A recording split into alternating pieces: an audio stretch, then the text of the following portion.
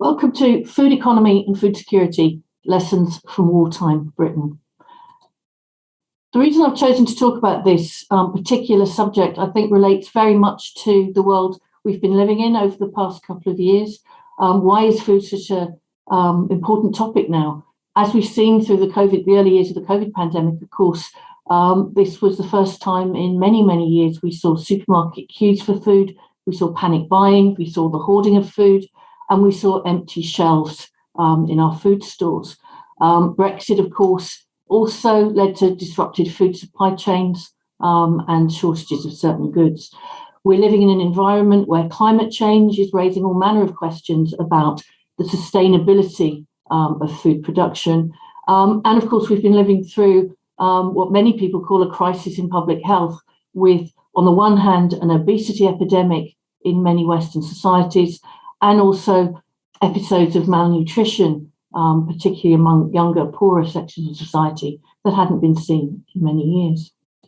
So why study wartime food? Why study the food culture of Britain 1939 to 45?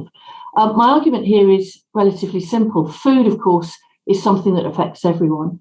The history of food provides an insight into all manner of other social issues, and in wartime particularly, wartime attitudes about society.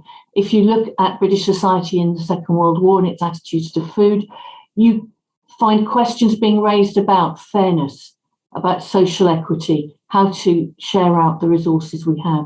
You find discussions in public policy about how to manage food resources. You have questions of public health. How should we maintain the healthfulness of a society, at a time of shortages? And food was seen very much as a marker of national morale. And for these reasons, I think the experience of wartime offers lessons for today in public health, in food economy, and in food sustainability. A few things to bear in mind about food rationing in Britain in the Second World War.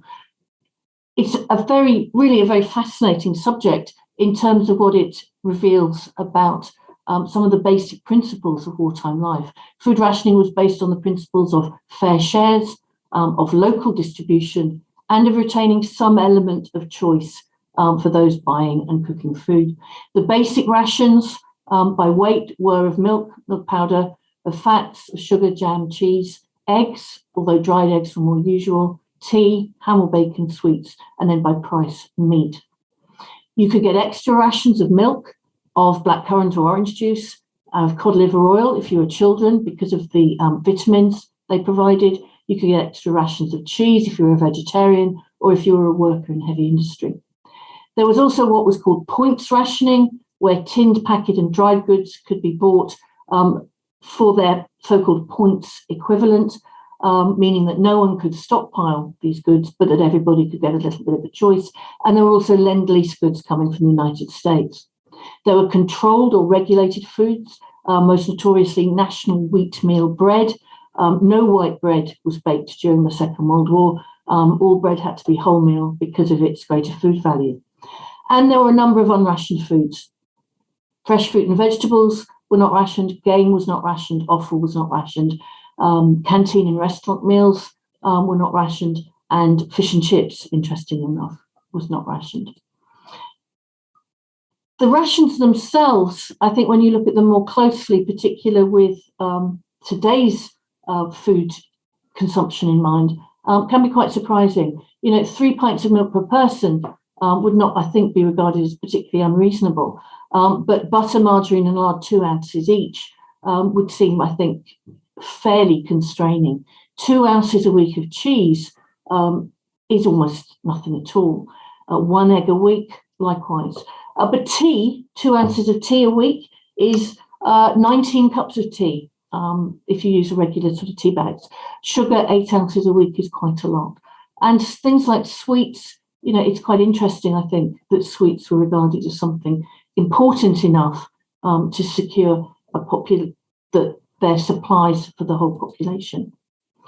During the war as well, we see a real interest in food and in conveying food information to the general public. So information about food in newspapers, so-called food facts, public cookery demonstrations, wartime recipe books, helping people cook with the foods that are available to them. There's new kinds of encouragement of cooking, including the first cookery programmes, in fact, on the BBC, on BBC Radio, The Kitchen Front, which went out every morning on the BBC Home Service at 8 in the morning, timed just before women, housewives, would go out to do the daily shopping, to give them some idea of what to buy and what to cook when they come home. And food even entered the entertainment industry with cartoon characters like Potato Pete, you can see pictured here, or Dr. Carrot, who had their own cartoon strips, who even in the case of Potato Pete had his own popular song. What are the implications of this for wartime eating habits? You see people change a lot of their habits. You have the introduction of what were called mock foods, mock cream, for instance, which used no dairy, even mock goose, which was frankly simply a kind of potato bake with sage and onion to mimic sage and onion stuffing for geese. You have new foods and new recipes. Lend-Lease from America bought haricot beans, baked beans, bought peanut butter, which hadn't been a routine feature of the British diet. There was more emphasis on vegetarian recipes to use homegrown foods. There was more interest in world food recipes, different ways of using the food available. And there was a great deal of advice about healthy eating and healthy cooking, from how to cook balanced meals to how long to cook vegetables so as to preserve their vitamins. And if you look at wartime food education, there is an enormous emphasis on food values.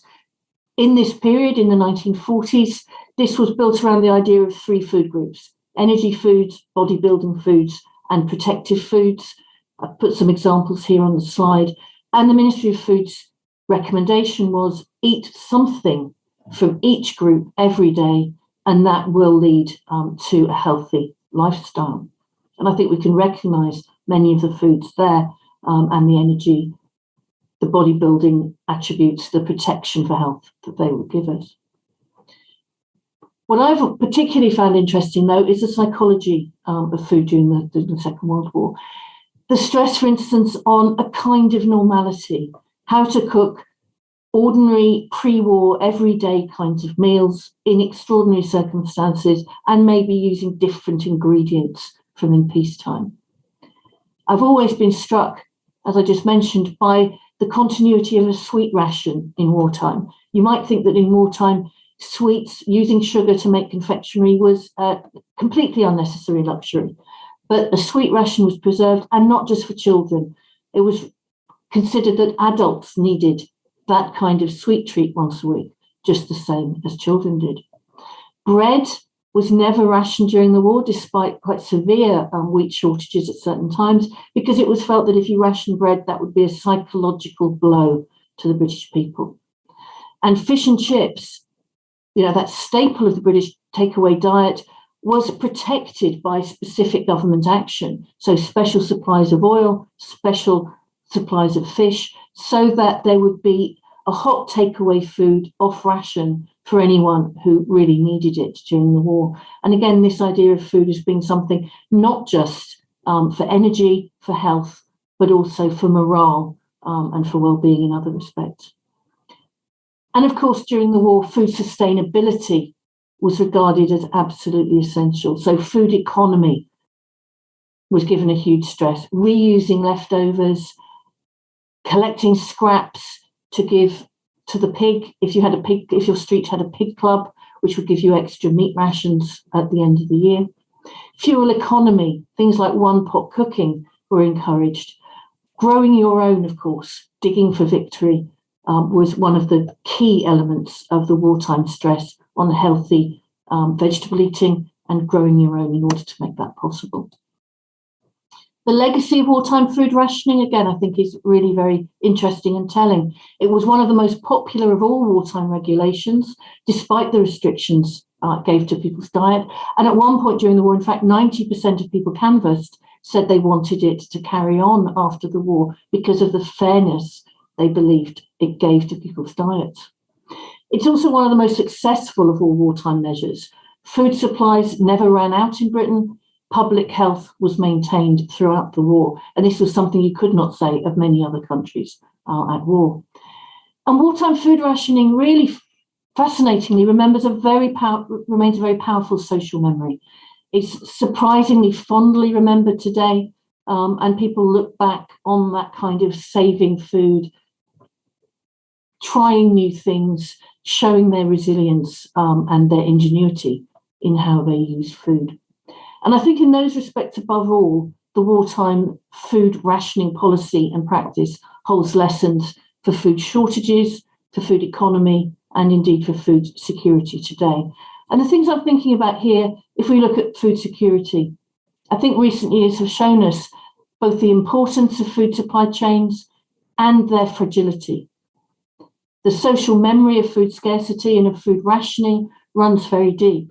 And I think you can see this in the fact that the minute people began to fear that different foods were going to run out, you saw an almost panic in some supermarkets. And you saw, I think, the psychological importance of certain staple items that people felt necessary to their diets. So in the UK last year, for instance, there were runs on bread, on sugar, flour, yeast, tinned tomatoes, and tea. These are regarded very much as the food you cannot do without in the home. The rationing of key staples, I mean, if we remember during that early part of COVID, when supermarkets were forced to say only 2 of certain items, only 3 of certain items, I think that was a wake-up call to many people that shortages can occur that will require, if not formal food rationing, then certain kinds of informal food rationing. There are lessons for food economy. I think we're all increasingly used to using green bins to recycle food waste. That's something that would have been immediately recognised during the war. The idea of buying foods in season to reduce air miles, to reduce carbon footprints, was very much part of how people lived during the war.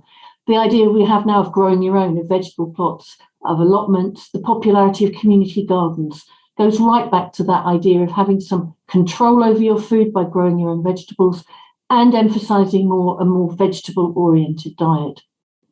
Foraging, finding sloes for sloe gin, or black brambles to make your own jam, or elderflowers to make your own liqueurs. Again, that kind of engaging with the natural world is something that we're increasingly encouraged to do. And the whole idea of wasting less in all possible scenarios, I think, is very much a lesson we can draw from the war for food economy. And there are lessons, again, I think, for food poverty.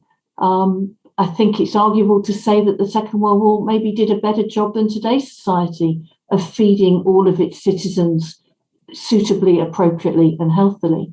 The idea of fair shares of and price controls on key staples was absolutely essential to maintaining that universal accessibility of key foods. The idea of giving free milk, of giving vitamin supplements to children in particular to maintain childhood health, is something I think we can all draw on from the Second World War. Food education initiatives by government and by media worked in the Second World War. There were no food banks in the Second World War. And in fact, it is a genuine historical truth. No one went hungry in the UK in the Second World War because they could not afford or find food. What about lessons for public health? I'm minded to recall Michael Pollan's wonderful phrase in his book Defence of Food from 2008, eat food, not too much, mostly plants, as a recommendation for the human race's way forward to live healthily and eat healthily. And I think that kind of slogan would have fitted absolutely in Second World War Britain.